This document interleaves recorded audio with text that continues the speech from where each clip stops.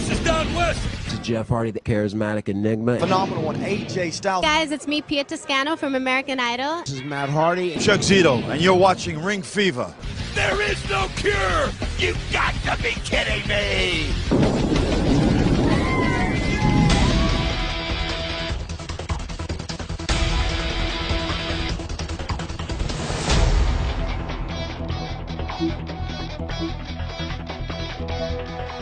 Hello everyone, this is Il Capo Jason Gotti, your host with the most, one of the best unsigned professional wrestlers in the game today.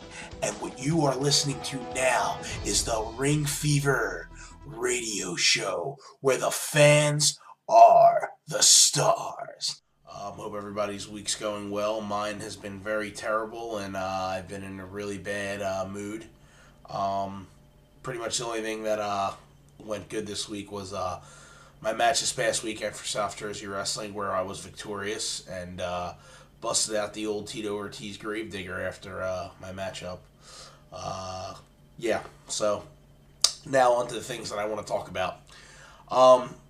There's a big thing going on right now in the MMA world with UFC 151. Those who don't know, UFC 151 has officially been canceled as of today. Dan Henderson went down with a knee injury. He partially tore his MCL. There were reports that he tore it about 3 weeks ago or so, and then I've heard reports that he tore it in a week. So, again, we're not really sure exactly when he tore it, but it is torn. Dana White flew him in, and doctors checked it out and basically said that Hendo cannot fight. So what happened is, as soon as they found out that he was not able to fight, the UFC contacted Johnny Bones Jones, who's the UFC light heavyweight champion, and offered a couple replacements. One replacement was Chris Weidman, middleweight up-and-comer.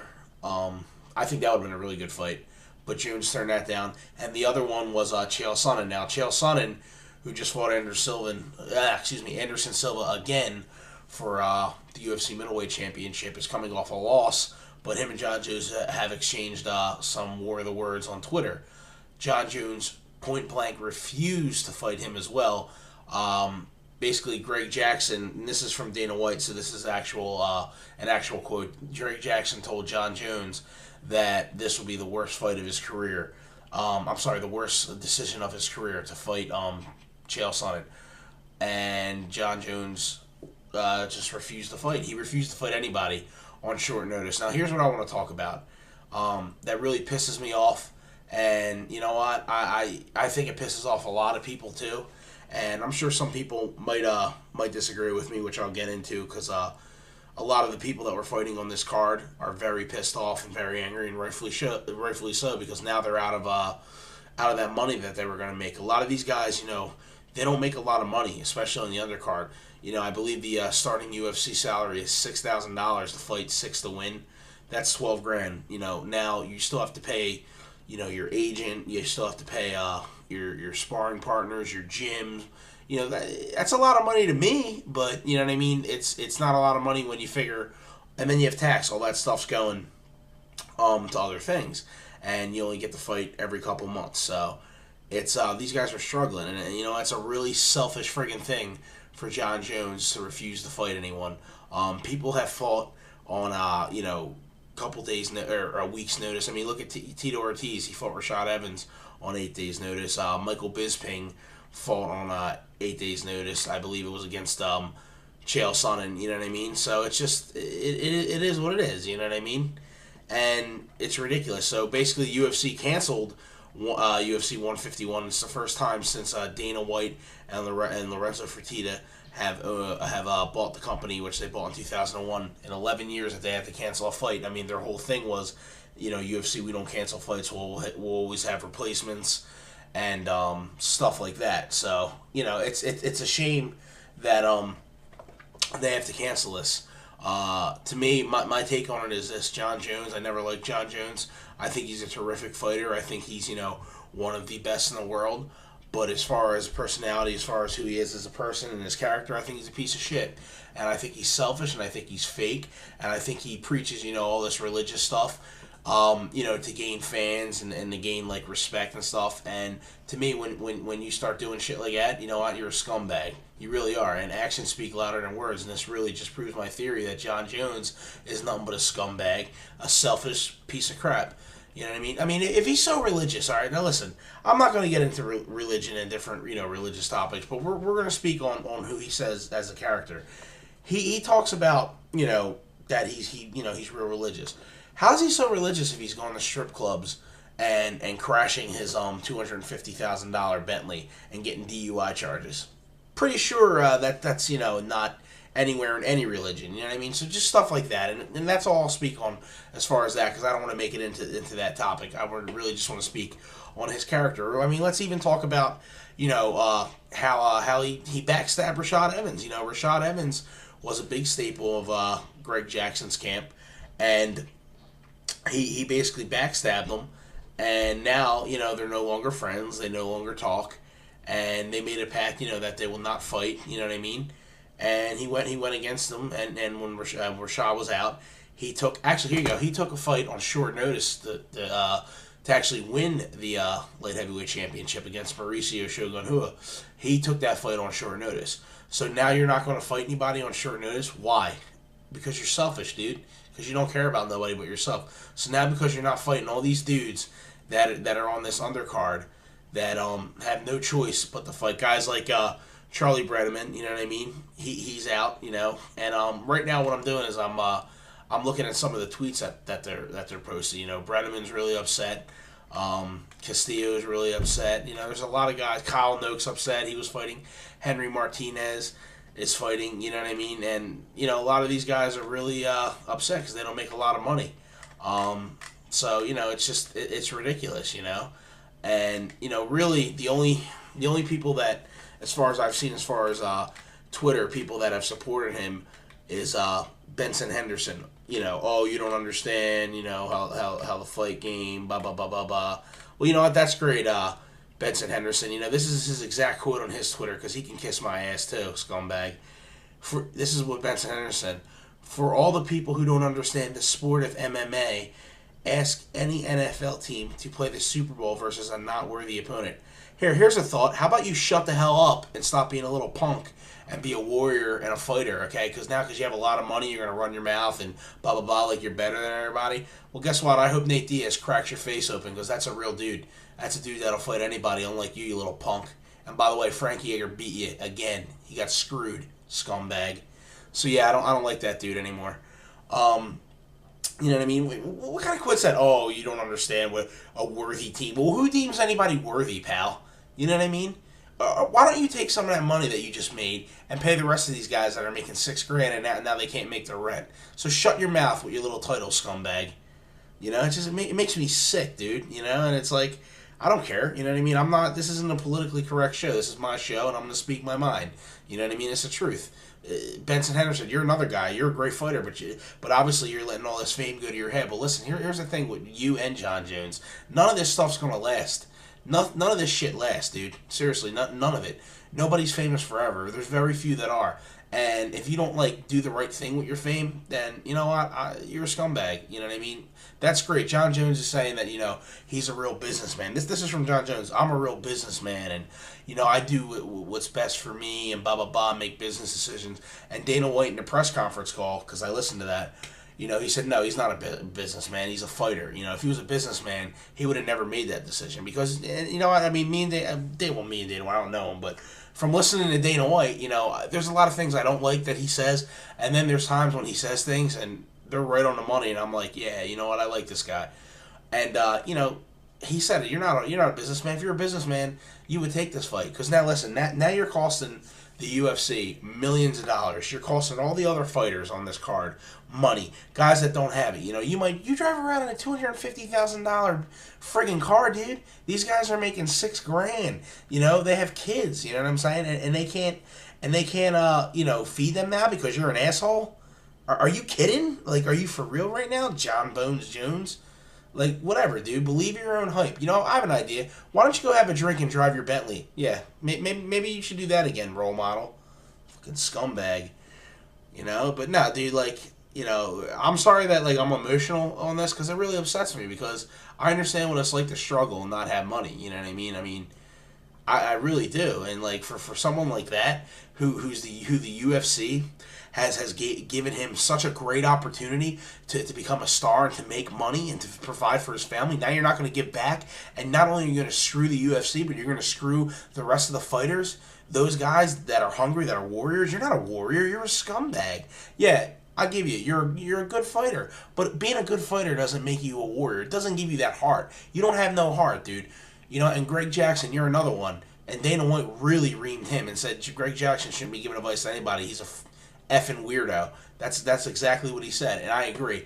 You know, Greg Jackson, you were nobody until you had guys like Rashad Evans train with you, Nate Marquardt. Now you let all this stuff go to your head, dude. Shut up, dude. Like seriously, like.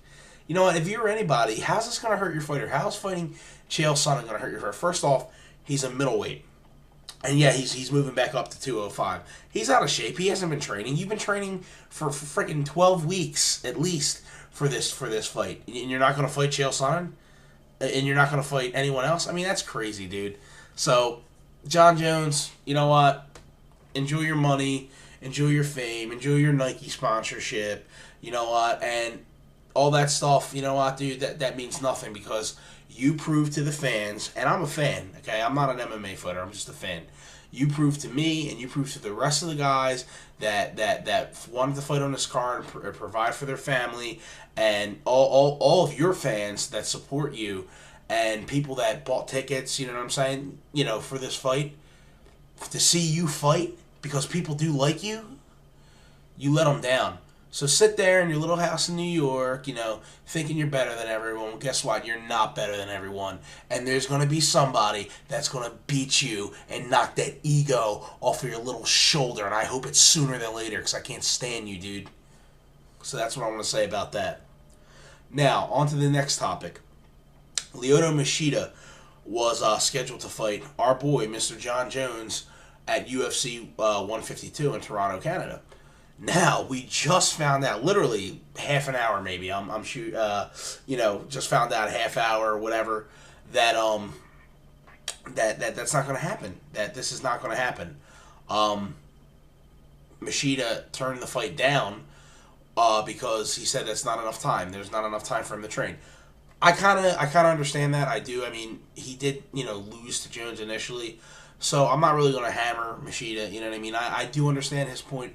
But then at the same time, you know, this is just the way I think. And, you know, again, it's different what I do than fighting. But I kind of think I like to say along the lines of a fighter because there's times when I wrestle and I shouldn't be wrestling at all. I mean, I wrestled with friggin' really bad bronchial infection. Couldn't breathe. Couldn't walk up a flight of stairs. Got injected with prednisone. And I wrestled like a nut because it meant that much to me, to my fans, and to the promotion that I wrestled for. Same thing when I tore my shoulder. I mean, that's just how I am, and I know that a lot of fighters are like that, which is why I'm making a comparison. If I was Machida, I would have fought. You know what I mean? That's just me, but I'm not gonna knock him for not fighting. So anyway, so this situation is getting really crazy. He's not fighting him. So now listen to this. Guess who's stepping up to fight John Jones? Vitor the Phenom Belfort. Now Belfort has been at the 185 division for the past 3 years now. He hasn't fought in 205 in UFC, geez, I'd say in 7 years. You know, in 7 years. He was initially supposed to fight Alan Belcher in Brazil. I think it was UFC 153. So now Belfort stepped up, and now Belfort's going to fight him. Yeah, I you know, honestly, I really have no interest in that fight. You know what I mean? I have no interest in that fight. I don't think it's going to be a good fight. I don't think it's going to be a fair fight. I would have really liked to see if any 185er is going to step up. Chael Sonnen, just because I think Chael Sonnen's entertaining. He uses the whole pro wrestling promo aspect, which is something that I really enjoy. Same with, like, you know, Josh Barnett. A lot of those guys that borrow the pro wrestling and are able to talk. I mean, they really sell the fights. So I would like to see Chael, just for the trash talking. Or I really would have liked to see Chris Weidman. You know, I wasn't a Weidman fan, and I know Ring Fever supports Weidman a lot and all that stuff. I don't really, you know, I really wasn't a Weidman fan until I seen him fight Mark Munoz, and what he did to Munoz made me a fan. So I'm a fan now, buddy. And I think Chris is a good fighter. I really do. I was really surprised when I seen him fight Munoz, and that was when he had a full camp. I think Weidman could have really beat this dude. I do. I think Weidman could have beat him. Both men are unorthodox. Both men throw goofy elbows. I don't think John Jones really wanted any part of Chris Weidman, and that's what it is. Again, he's not a fighting champion. He's not for the people. You know what I mean? So maybe him and Greg Jackson, they can go, love each other in their little gym and live in a fantasy world, while the rest of these fighters that bust their ass for this company and for the fans get screwed. So thanks, John Jones. You're the best ever. Love you. Not. So this situation's really, really crazy, and I hope that Belfort beats him. We got to be honest with you. As much as I can't stand John Jones, I think John Jones is going to beat Belfort. But then again, this is fighting. You never know what's going to happen. So it is what it is. What I want to talk about next, though, is did anybody watch the Ronda Rousey Sarah Kaufman fight? Oh my God, man, Rousey is the real deal. People want to doubt this girl. I don't know, dude. I think you guys are crazy if you doubt her. All her fights have ended in the first round and by armbar. I mean, she is ripping people's arms off. I mean, she beat her in, like 41 seconds, I think it was. And Sarah Kaufman is a former champion of Strikeforce. She's no ham and egger, so to speak. To borrow Bobby the Brain Heenan lines. I missed that guy. He was great. Anyway, sorry, a little off track. But yeah, no, Sarah Kaufman is no slouch. But that was crazy. Seriously, that was crazy. Now Dana White is taking a stance, that he's actually liking women's fighting more, and because before he was like, I don't want to see women's fighting. Who wants to see that? And I think Ronda Rousey, basically she's very attractive. She's a pretty girl. That has something to do with it. Just like Gina Carano kind of broke the mold, but Carano wasn't able to reach the audience as well as Ronda Rousey was. There's a reason for that. Ronda Rousey has what we call in the wrestling business the it factor. There's something about her. You don't know what it is. You can't tell how to get that, but you know it when you see it. People are born with it. You know what I'm saying? She has that. She has that ability to draw people to her fights. When she walks into the room, there's something about her. And again, she's pretty. She's not like the most prettiest girl in the world or anything, but she is pretty. And the way that she talks, she presents herself, she's a friggin' star. You know what I mean? And I think that Ronda Rousey does a really good job. And I think she's going to be champion for a long time. I really do. Her stand up really improved. Her chin really hasn't been tested. She's only been connected with a couple shots, no power shots, mainly jabs. I think Kaufman hit her with a right cross, but there really wasn't anything behind it. So we'll see how she stands up. Now she called out former champion Cyborg. You know what I mean? Cyborg's actually serving a suspension for steroids, which was stanozol, which is Winstrol. Winstrol's used to cut your body up more. A lot of bodybuilders use that and stuff like that. It gives you more of a cutting feel. But it's bad. It's steroids. Friggin' guys shouldn't be taking steroids. Damn sure girls shouldn't be taking steroids. That's ridiculous. I personally don't think she needs steroids. I think she's a monster without it. But whatever, which leads me to my next topic. Now, Santos has actually signed with my favorite fighter, the Tito Ortiz's brand new sports agency that Tito has, which he just opened up, and now Tito retired in July, so now he's opened up his sports agency, and he signed his first fighter, which is Cyborg. His company is actually called Primetime 360 Entertainment, Sports and Management, which he opened up with his longtime business partner and attorney George Prigine. I think Tito is going to do a good job at this. I think Tito is another guy that has a lot of charisma. He can talk, and I think that he'll do well with it. And yeah, I know I might be a little biased. I'm a big fan. It's funny how I'm a big fan. I can't get this friggin' guy to respond to me on Twitter. Whatever. I'm done tweeting you, dude. I'm still a fan, but I'm done. Whatever. So yeah, that's pretty much what's going on in the MMA world, so to speak. As far as what's going on with me, I wrestled this past weekend. Had a decent match. I was a semi-main event, and yeah, it went well. So, wrestling's been going well for me. Personal life wise, I'm friggin' miserable in my place of employment, which I won't say what it is, but what can you do, right? I'm just trying to hang in there and survive in this world. It's hard though. I mean, the job market's really hard out there. I'm sure a lot of people can relate. You're lucky to have a job, which, if you look at it that way, that's great. But I wanna not struggle and not worry about certain things. You know what I mean? It sucks. Not to be on a melancholy thing, but just gonna speak the truth 'cause that's how I feel. Other than that, just been hanging in there. I'm looking forward to the Ring of Combat show, September 14th. That's going to be really fun. And there was some talks. Fan recently asked the question.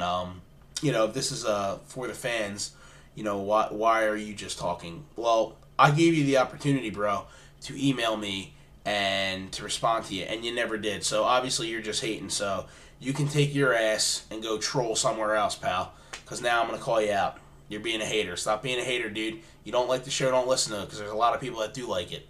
And we're in the opening, stages of it. And, we're learning by trial and error. Eventually, we would like to add a couple things. But right now, we've got some good feedback. And you know what? Listen, if anybody has questions, all right, I will answer your questions. Email me at jasongotti@ringfever.com. I will answer any question. It doesn't have to be about MMA. It doesn't have to be about pro wrestling. It can be a life question. I don't know, Hey man, I'm not Tony Robbins here, but I'll give you the best advice that I can. I've been through a lot of stuff, and I speak my mind, and I'm pretty opinionated, and I think I give good advice at times. So if you guys got any questions about me, you guys got any questions about MMA, you got any questions about the show, if you have any ideas for the show on how to make the show better, let us know. Listen, it's not a bunch of BS. Ring Fever really is for the fans, okay? Ring Fever was started by fans of the fighting community and wrestling and stuff like that. It's not a shtick. I care about the fans. I know the other guys care about the fans too. The people that own Ring Fever, they care about the fans. Butch cares about the fans. Robert cares about the fans. Sean cares about the fans. Cliff cares about the fans. We generally care about the fans. So if you guys have any ideas or any questions and that you think can improve improve the show, let us know. We will gladly try to take everything into consideration and try to improve it. Again, I believe this is only my 4th show. I don't want to toot my own horn, but toot. I think I'm doing a pretty damn good job on this. I've never hosted a show before. So, if you got anything, jasongotti@ringfever.com. Check it out. Also, check out ringfever.com for any interviews that we've done lately. I know we have a couple up. Marianne from Brooklyn, we got a couple interviews up with her. We got the Bagel King. If anybody has not seen this video yet, I'm going to tell you right now, seriously, and I'm not just saying this because the guy's my friend and I like him. This is a really funny video. If you search up on Ring Fever, it's youtube.com, Ring Fever Productions. Cliff the Bagel King at the Yankees game, he's a nut, man. he's right behind home plate with a friggin' Ring Fever shirt on, jumping up and down. That guy's funny, man. You guys just gotta watch it. Just if you like goofy stuff, because I like goofy stuff because I'm goofy in real life. That'll make you laugh. If you don't laugh by that, you don't have a sense of humor. Because I cracked up when I seen that. What else do we got going on Ring Fever? We just got a bunch of things. We got some interviews, I believe, with Al Quinta, Terry Gold. His stuff. Just check it out, man. Ring Fever is for the fans. You know what I mean? Where the fans are the stars. And there is no cure. Thank you, everybody, for listening to this week's show. We will continue to improve and continue to get better. And just remember, Ring Fever, where the fans are the stars. And if you're a troll, Jason Gotti will call you out. So don't run your mouth on Facebook and write something. Then I give you the opportunity to say something, if you have a suggestion and you don't say nothing. To me, that just shows you're a coward. So, anyways, thanks again, guys. Love yous. Thanks for the support. ringfever.com. Fans are the stars. There is no cure.